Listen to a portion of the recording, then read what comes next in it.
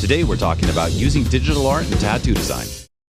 Tattoo design and digital art go together like chocolate and peanut butter. Digital tools make it easy to create smooth lines and undo mistakes, and to pre-visualize ideas right on the body. But working digitally can sometimes lead you into a workflow that makes it easy to forget the fundamentals that existed long before computers. So today, we'll show you how to get the most out of your digital tools, and we'll be going much farther than just smooth lines and the undo function. We are Tattoo Design School, and we specialize in the artwork that goes into great tattoos. We've tattooed thousands of clients over the last 20 years, and today we're going to teach you how we use digital art across several real-life projects. And some of these will include a Neo-Japanese dragon, a Hannya surrounded by smoke, and a wolf surrounded by maple leaves, and lots more. So let's get started, and make sure to hit the subscribe button. Alright, so in this video, I'm going to give you an overview of how we use digital tools. But just know that every technique I show you can be explored in much greater depth, but for now, we're focusing on the big picture. Today, you'll see footage of me working in Photoshop with a tablet, but you could just as easily be working on Procreate with an iPad. These techniques we're covering today will work in almost any software. Previsualization, or Previs, is one of the most useful parts of working digitally. It means taking a photo of your client, or a generic image we call a blank, and working directly on top of it. And this really helps with seeing your ideas right on a body, and I use Previs at many different stages of the design process. Doing your thumbnails digitally can be really useful, especially when you're doing Previs. Unlike paper and pencil, you now have access to brushes with far greater range and flexibility. But the time you save shouldn't go into polishing each thumbnail. It should go into making more of them. Thumbnails are more about quantity and not quality.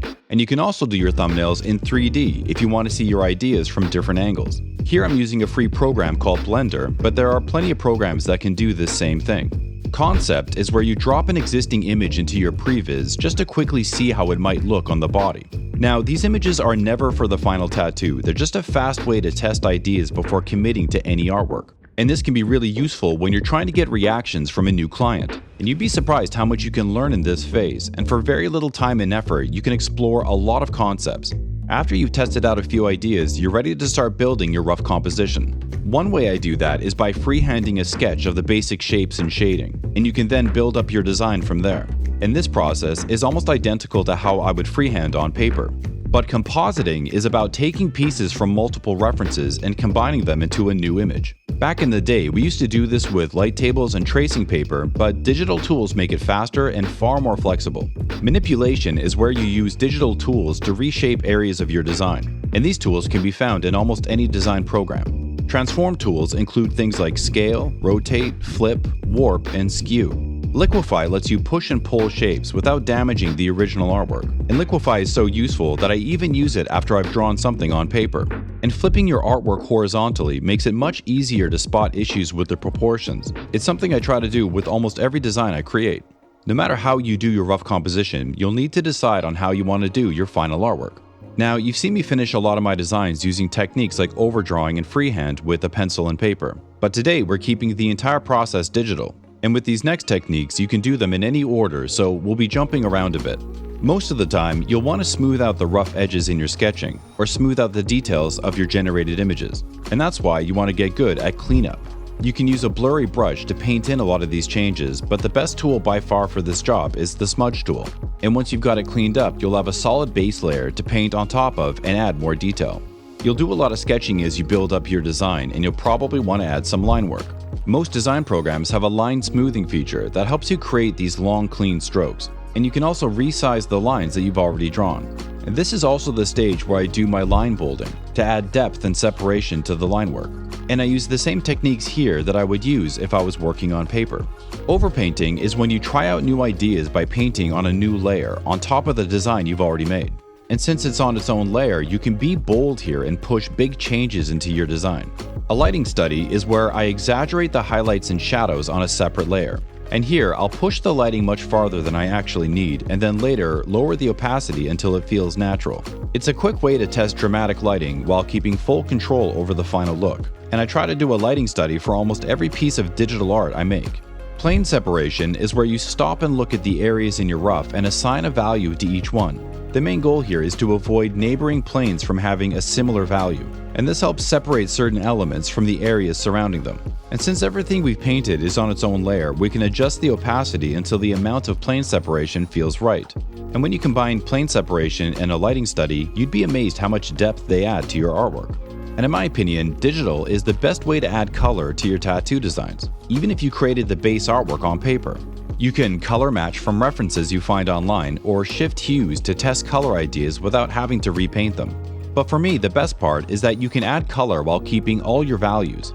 And that's why I always finish my designs in black and white first. Once the values are balanced, you can play with the color as much as you like.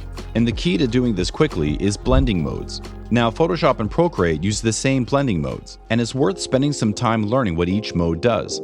And another one of the biggest advantages of working digitally is being able to darken your canvas. A darker canvas allows you to see colors like bright yellow and white, and helps how you plan how those lighter pigments will look in your design. And digital makes it easy to present your work to a client during a consultation in the form of a presentation. Here I can show all the elements that went into a design and the journey it took to get there. I like to keep everything on one large canvas so I never have to dig through folders or files. And everything I've mentioned so far is really just a few examples of what makes digital so useful. As for my current workflow, I almost always start a project on the computer, and most of the time I finish it there too. These days, the main part that changes is what I do during the artwork phase in the middle of the process, and you'll see me creating my final art in many different ways here on the channel. It really just depends on the project. But after years of working on paper and then moving to digital, I've learned that even though the tools may change, the design principles stay pretty much the same. So just keep practicing your fundamentals. They're your foundation, and they'll serve you no matter where you create your artwork. And one last thing I'll mention is this: tattoo design is becoming more digital over time, not less. And that shift has created a group of artists who are critical of it. And one of their main points of criticism is worth talking about. Now, we all know that using digital art isn't a substitute for solid artistic fundamentals. But digital can make cutting corners really easy. And if you're not careful, it can train you to be lazy. But my solution to this is pretty simple, and it might work for you. Digital tools can help you save time, but instead of using that time to work on other stuff, I instead try to use those tools to make better designs. Now, this sounds sort of obvious when you say it, but I think about this a lot. Any time saved by using digital becomes time that I invest back into the same design. So in a sense, you're sort of extending the time available to each design. And this just boils down to more attention for each client. And that's our big picture overview of how we use digital art and tattoo design. And like I said earlier, there's a lot more depth in each of these techniques, so look forward to more videos soon.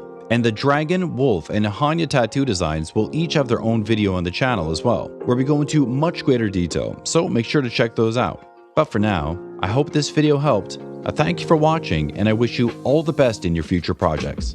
Hey, if you got anything out of this, then help us out by hitting the like button. And subscribe to our channel, we come out with new videos often. And make sure to hit the bell icon so you don't miss out. And if you're serious about creating the best art possible for your tattoos, then go to tattoodesignschool.com and check out the masterclass. This is everything I wish I knew when I was first starting out, and it will push you to create artwork you didn't think was possible. This is the perfect investment in your tattoo career, so check out the masterclass at tattoodesignschool.com.